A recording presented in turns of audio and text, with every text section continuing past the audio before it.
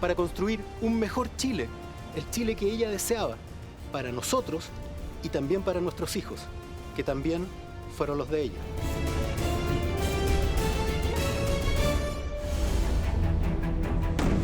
Conoceremos el castigo arbitrario y abusivo a que eran sometidas las mujeres en la vergonzosa casa de recogidas en el Chile colonial del siglo XVIII. En este lugar se podían encontrar prostitutas, asesinas, mujeres infieles. ¿Habían castigos o era...? Sí. ¿En qué consistía un castigo? Un castigo, azotes.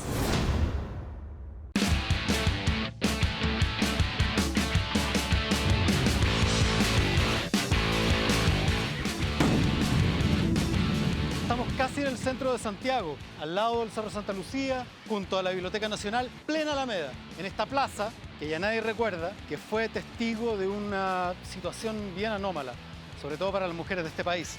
Es muy difícil que la gente sepa que acá hubo algo que se llamó Casa de las Recogidas, un recinto de reclusión donde cualquier hombre podía traer a su esposa, acusarla de infidelidad, malas costumbres, malos hábitos, de no ser lo suficientemente devota, de haber extraviado el camino, y podía terminar sin juicio, sin tribunales, expuesta a 3 años o más de reclusión absoluta bajo la vigilancia de religiosas. La casa de recogida debe ser uno de los episodios más oscuros de la historia de la colonia con respecto a la mujer de nuestro país.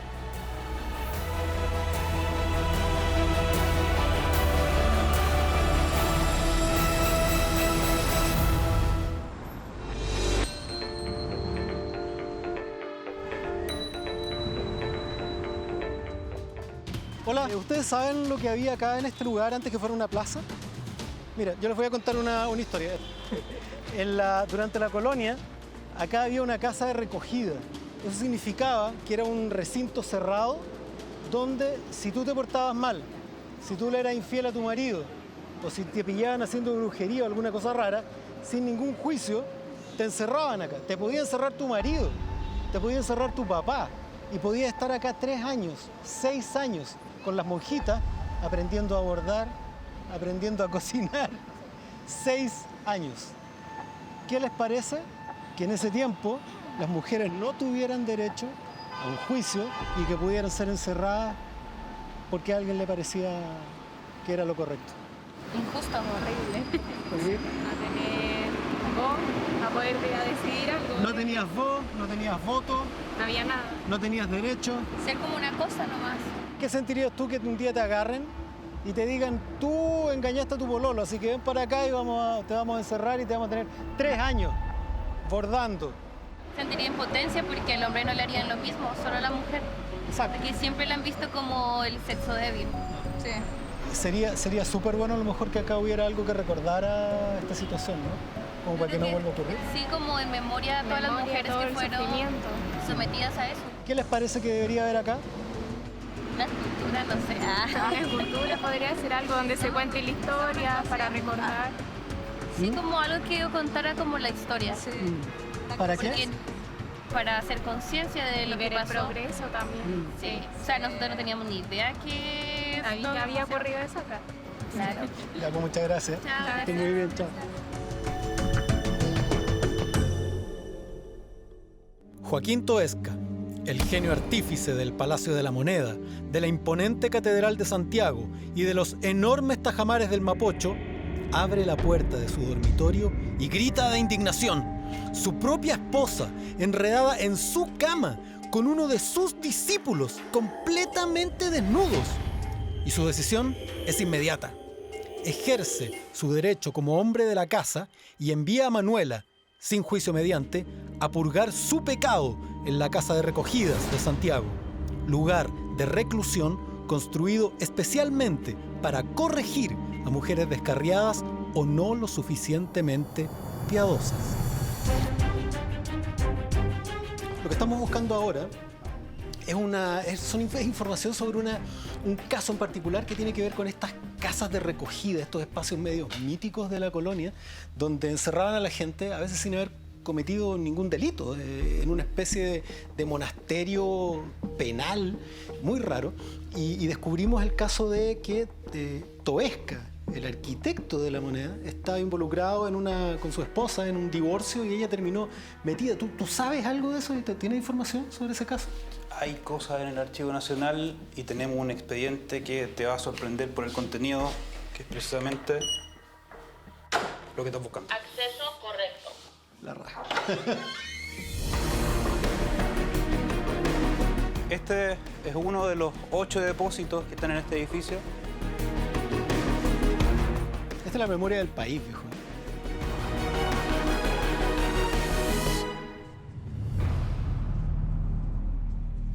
Y este es el caso de Toesca y su esposa.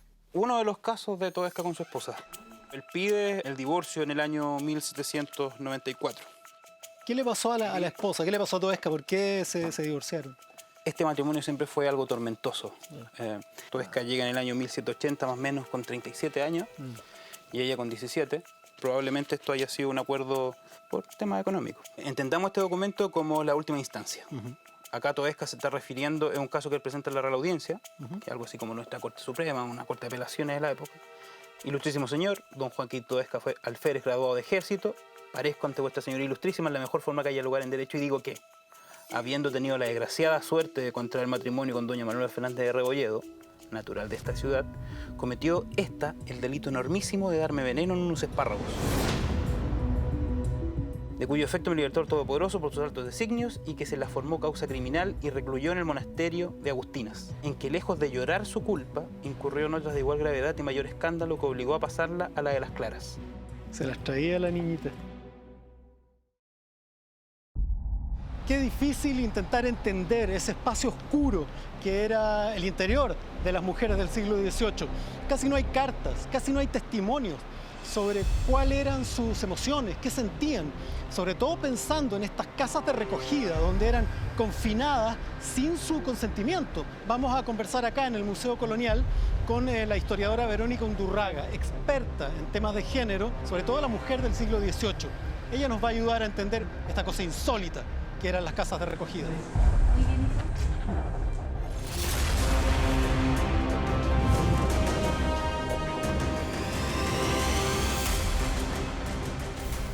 ¿Qué significaba ser mujer en el siglo XVIII? Aquí hay que considerar el concepto del patriarcado. El patriarcado situaba al hombre como cabeza del grupo familiar y en cuanto tal tenía que proteger y controlar a los integrantes femeninos de su familia. La mujer era definida jurídicamente como miserable.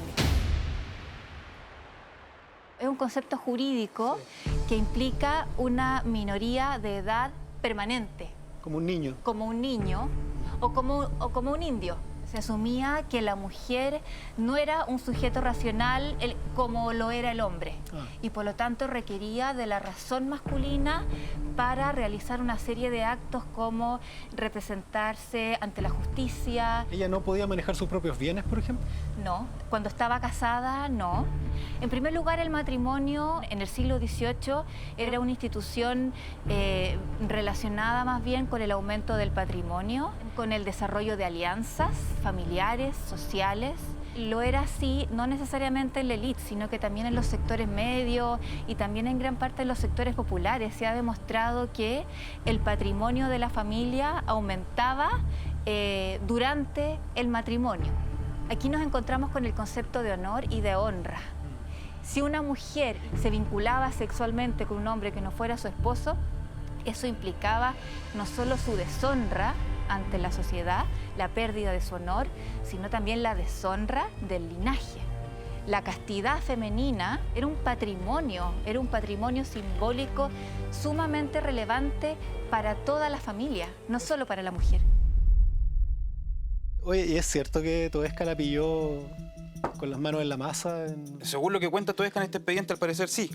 Grité entonces a otra criada llamada Dolores y puesto en pie a la puerta del cuarto, le mandé que me trajese de la cama de su ama una capa. Entró y salió turbada respondiéndome que ninguna había. Mandé la segunda vez que me pasase la que yo había visto y no pudiendo excusarlo me la trajo y el don Juan José Boicolea bajó de la cama lleno de turbación, como vuestra señoría ilustrísima podrá considerar.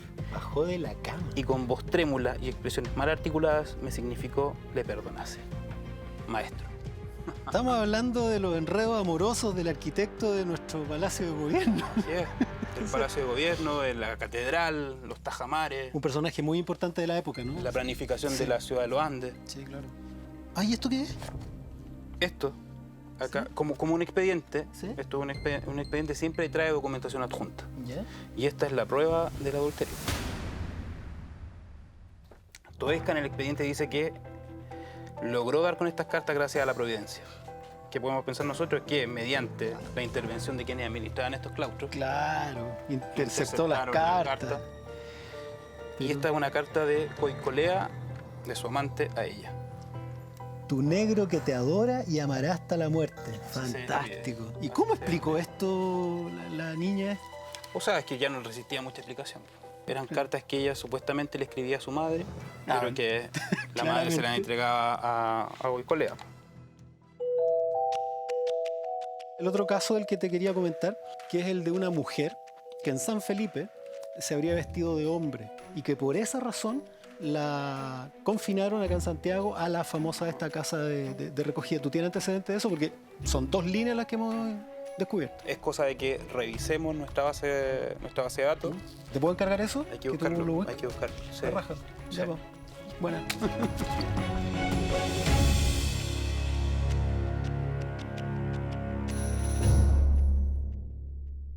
Tenemos claras las conductas, todo este espacio muy constreñido a los conventos o al hogar.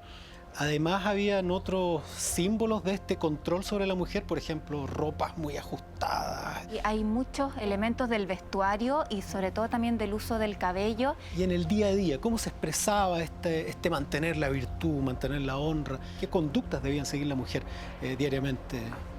El ideal era una mujer recogida y en el espacio doméstico, a no ser que ella escogiera ir de monja a un convento o ser beata, que era una vía intermedia, porque era muy distinto ser mujer de élite, ser costurera, ser esposa de un peón, ser viuda, tenía más libertades, ser pulpera.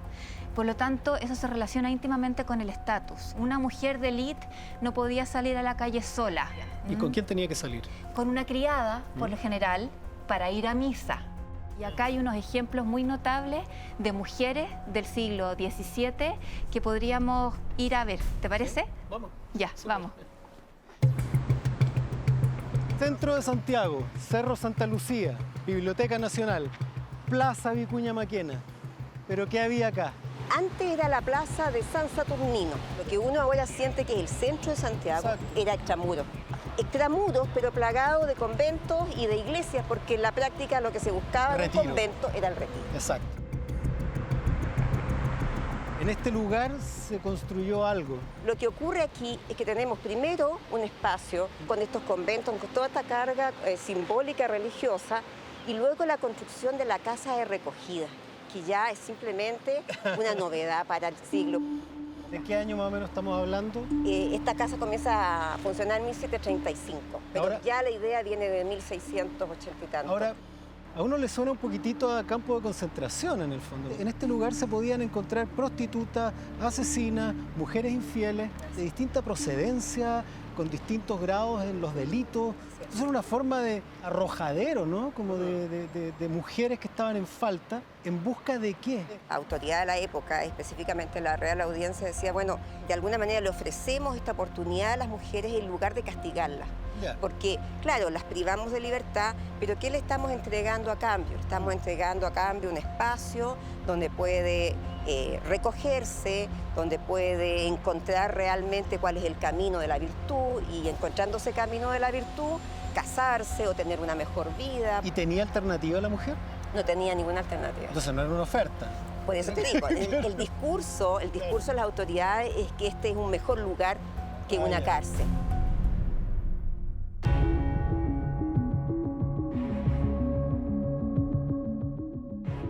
En esta gran sala se exhibe pinturas de la vida de San Francisco de Asís, pintadas en Cusco, y nos permiten reconstruir cómo era la vida cotidiana de algunas de las mujeres en el siglo XVIII. Y esa pintura en particular aparecen representadas distintas mujeres. Y Por supuesto, la autoridad patriarcal encarnada en el padre. Esas mujeres que están a la izquierda se las llamaba mujeres tapadas y era una moda en la época. Eso de cubrirse la mitad del rostro con un velo era un gesto de coquetería. No eran necesariamente bien vistas en la sociedad de la época. Entonces podríamos decir que esas eran unas mini transgresoras. La actitud corporal de la mujer debía dar cuenta de humildad y sumisión, la mirada hacia abajo. El cabello simbolizaba en la cultura occidental la sexualidad. La mujer tenía que andar con el cabello recogido. Hay varios expedientes donde se narran castigos que la comunidad aplica a las mujeres díscolas, por ejemplo, relaciones extramaritales, y a esas mujeres se les aplicaba la disciplina de cortarles las trenzas.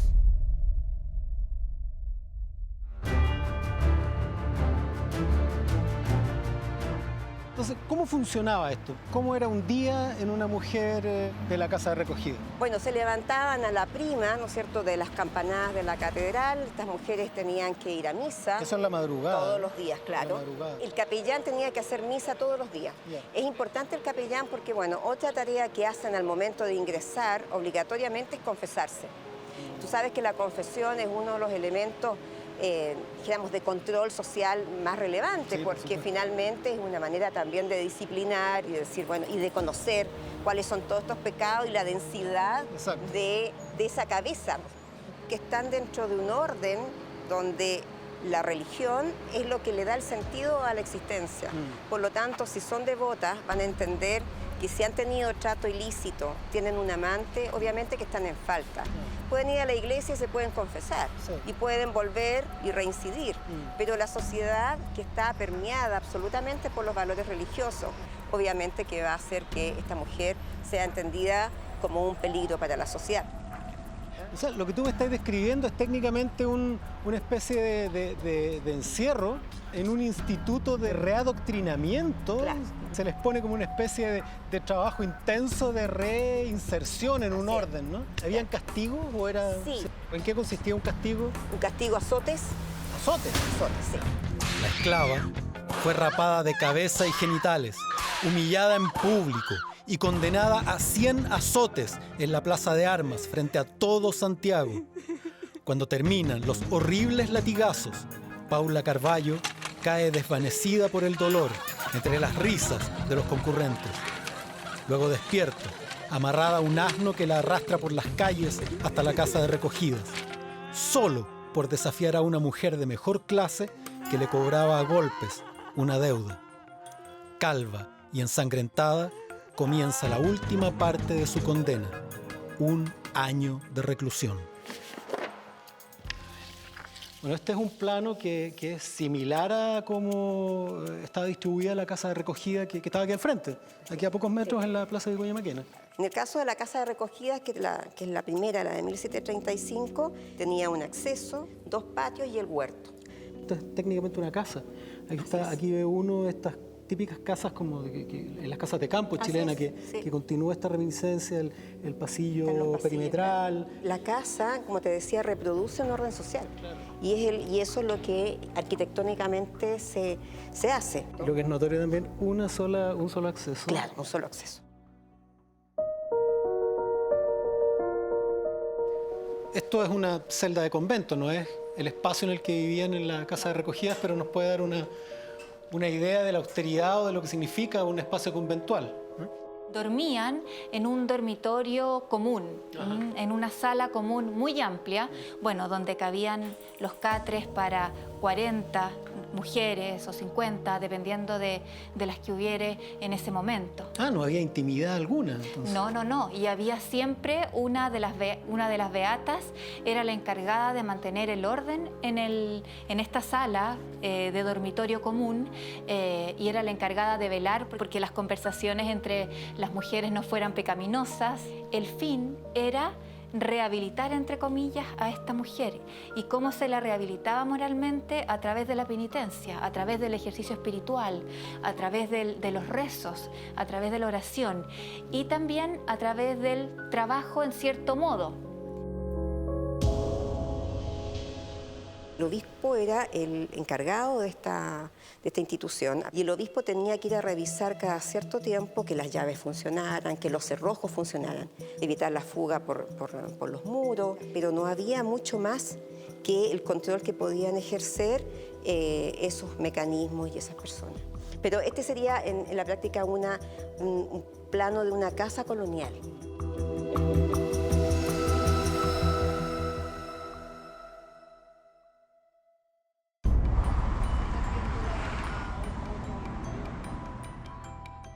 Hoy venimos a hablar a la Biblioteca Nacional con Manuel Correa, historiador, una de las pocas personas que ha investigado a fondo el tema de las casas de recogida. Bueno, esta sala tiene la colección de las transcripciones de las cartas que se enviaron al rey durante la colonia. Lo que vamos a revisar hoy día son dos cartas muy importantes para la historia de la casa de recogida. Una es la del obispo hacia el rey, solicitando la casa, y la otra es el reclamo que las mismas recogidas hicieron al rey para expresar las injusticias de la misma casa. También en Chile teníamos un encargado del encierro de mujeres, ¿no? ¿Cuál era ese? Bueno, claro, el obispo, Juan de Sarricolea y Olea, fue el que desde un comienzo escribió al rey una y otra vez pidiendo la plata para poder construir esta casa de recogida. Para encerrar mujeres y tenerlas escondidas. Esta carta la escribió el obispo y es donde le explica al rey las razones por las cuales quiere que esta casa siga existiendo. ¿Y qué razones tenía él para esto? Porque las mujeres antes de las casas de recogidas las encerraban en los monasterios. Y el obispo consideraba que hubiesen mujeres sueltas lo que hacía era ensuciar a las monjas. Entonces, como una forma de proteger a las monjas, el obispo quiere construir un lugar aparte donde estén estas mujeres. Sobre aquel establecimiento empecé a entender y trabajar desde que entré a este obispado. Y me enteré de la real disposición de Nuestra Majestad, del estado de la casa, de la suma importancia de ella, pasa el expresado fin, que es el mismo modo para contener la malicia y liberar a los monasterios de monjas. La casa tenía dos grandes fines, que el edificio mismo asustara a las mujeres del resto de la ciudad, para que ellas dijeran, bueno, no puedo hacer nada malo porque si no entro ahí, al mismo tiempo que castigar y transformar a las que ya eran pecadoras, sirviendo de tal freno a todas las mujeres livianas que tienen poco que hacer, porque a las de adentro las hace santar, la solución virtuosa en la que están, y a las de afuera contiene el temor de entrar en ella. Era una cárcel. Es totalmente una cárcel. Vamos un poco la contraparte, ¿no? Claro, este es un poco el documento de venganza de estas prisioneras. Lo que hacen en esta carta es explicar las injusticias que viven ellas adentro de la cárcel, pero en términos legales. Ellos ocupan este lenguaje de los hombres, de la ley, para poder expresar su descontento también. Las encarceladas de la casa de recogidas de la ciudad de Santiago de Chile representan dilatadamente la opresión intolerable, la corrección y castigo según la gravedad de la culpa, procediendo con igualdad en el rigor y sin distinción de lo leve o lo grave. Es muy justo que la culpa y los delitos tengan conversión y castigo, pero en esta hayan mayor gravedad que otros y que no tengan igual en dicho castigo. O sea, entendemos que tenemos que estar encerradas, entendemos que cometimos una transgresión. Ahora, no hay castigos mayores que otros al minuto en que nos encierran, sino que nos ponen a todas en los mismos castigos, sin decirnos además cuánto tiempo vamos a estar aquí encerrados. ¿Cuál es el caso más ridículo al que te has visto enfrentado, ¿no? A mí el caso que más me impactó es de la joven Toledo. Vive en Santiago y envía a su hija a buscar agua junto a una mulatilla, una niña negra. Y cuando va caminando por la calle, un hombre toma a la joven Toledo, la mete dentro de la casa, la encierra y la viola. Como la niña deja de ser virgen, entonces ya no puede recibir dote cuando se case. Y entonces es una pérdida económica. Y la madre demanda al violador para que se case con la hija y así poder recibir la plata correspondiente a casar una hija. Rita, de 14 años, corre llorando a los brazos de su madre. Golpeada y adolorida, acusa entre lágrimas a un oficial de haberla arrastrado al interior de su casa y de haberla violado. La madre, enfurecida, acude a la justicia y pone la denuncia contra el desgraciado. Sin embargo, el juez considera que el error es de la madre, por dejar a una niña pequeña circular sola por la calle y la condena a 6 meses en la casa de recogidas por mala crianza. El agresor, en cambio, es expulsado por 1 año de Santiago, pero no pierde su libertad.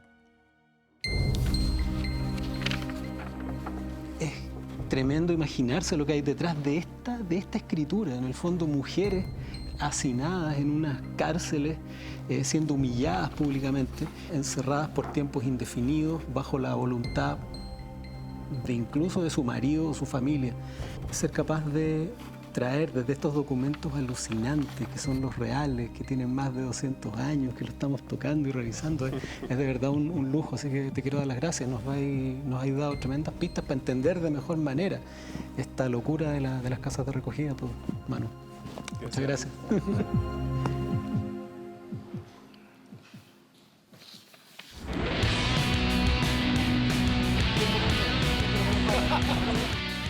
Llegó un mail hoy día en la mañana de Pedro, parece que son buenas noticias, no lo sabemos, pero tiene que ver con el caso de esta mujer de San Felipe que se habría vestido de hombre. ¿Hay buenas noticias? ¿Salió humo blanco? Hay excelentes noticias, mira. Los siempre fieles catálogos en papel, el 42. María del Carmen Martínez, vestida de hombre. Fantástico. ¿Y podemos ver el archivo? Claro que sí. Está abajo. Está abajo. A las catacumbas. En las catacumbas del archivo. Vamos.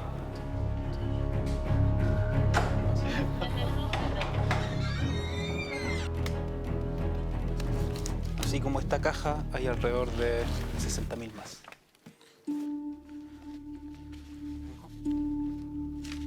Mira lo que hay acá.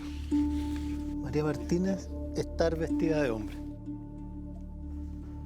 La villa de San Felipe, el Real, en 28 días del mes de febrero de 1752, el señor maestre de campo don Bernardo de Echeverría, corregidor, justicia mayor, capitán de guerra, teniente de alcalde, dijo que por cuanto tenía presa a María del Carmen Martínez en la sala del Cabildo por haberla cogido en este valle vestida de hombre, con cuya vista y atendiendo a los méritos de ella se le proveyó auto de sentencia contra la susodicha, en el cual se le condena en 6 meses de recogidas en la dicha ciudad de Santiago a la referida para que compurgase su delito. En estas casas de recogida en donde las mujeres tenían que hacer introspección. En San Felipe corría un rumor acerca de María del Carmen Martínez, muchacha impía, esa que se viste de hombre. Los comentarios crecen. Alguien finalmente la sorprende y la denuncian para condenarla a 6 meses de reclusión en la casa de recogidas para que compurgase su delito. Sin embargo, María del Carmen resultó bastante más indomable de lo esperado y al poco tiempo, según la prensa de la época, se fugó de la casa en compañía de otra china para vivir su libertad lejos de todos. Este caso es bien particular porque no es por el hecho de haber estado vestida de hombre el que se termina levantando el caso, sino por el castigo que se le da a los guardias por haberla dejado escapar, ¿no? Hay un Ventura Villarroel que aparece acá, junto con otro señor, no recuerdo su nombre, arman una especie de revuelta y cuando el gendarme o el custodio vuelve al lugar en donde estaba apresada esta señora Martínez, ya no la encuentra. Y se arranca ella con una china. Se le envió recado por el don Matías Beas y vicario de esta villa, el que trajo a su notario, en el que se le dice que se le suspenda la remesa de la dicha mujer por estarse para casar con Nicolás Alvarado. Además se iba a casar. Además se iba a casar. O sea, lo que da cuenta este expediente es cómo finalmente ella se escapó. Claro. Entonces imagínate, esta es la historia de una mujer que estaba a punto de casarse, que la descubren vestida de hombre, que la mandan a Santiago a una casa a enclaustrarla, logra huir y de ella no se supo más. No hay por lo menos mayor registro. Bueno, yo como escritor quiero que haya huido con su china y que se hayan ido a Argentina y que hayan sido felices.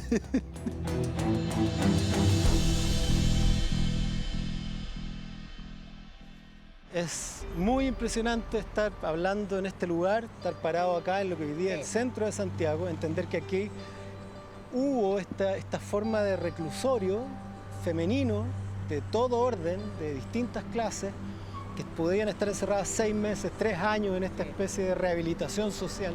Y ocurre algo que nos pasa mucho a los chilenos. No hay vestigios, como que se echa abajo todo, se derrumba la memoria y vamos construyendo arriba un palimpsesto eterno. Así es. ¿Queda algún vestigio urbano de la presencia de esta casa de recogida acá en la zona? O sea, urbano, arquitectónico, nada. Urbano podríamos decir que, bueno, este espacio se mantiene. Claro. O sea, no ha cambiado la morfología de este lugar. Pero hay un hito que se puso en algún minuto para recordar esta institución. Así que si quieres la podemos ir a ver. Ya, pues, vamos.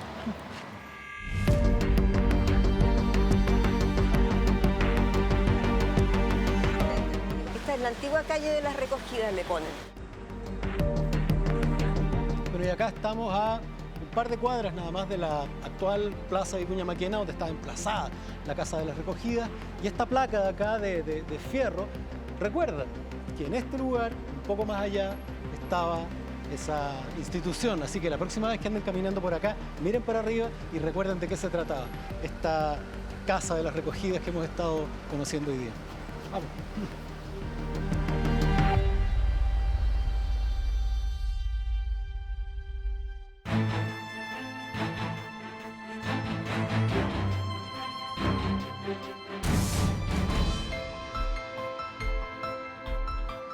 La gran batalla humana, sobre todo de los últimos 300 años, por la libertad de todos sus individuos, por la igualdad de todos los integrantes de una comunidad y de la fraternidad entre todos ellos, pasó por alto un pequeño detalle. Nada menos que al 50% de toda la humanidad, a las mujeres.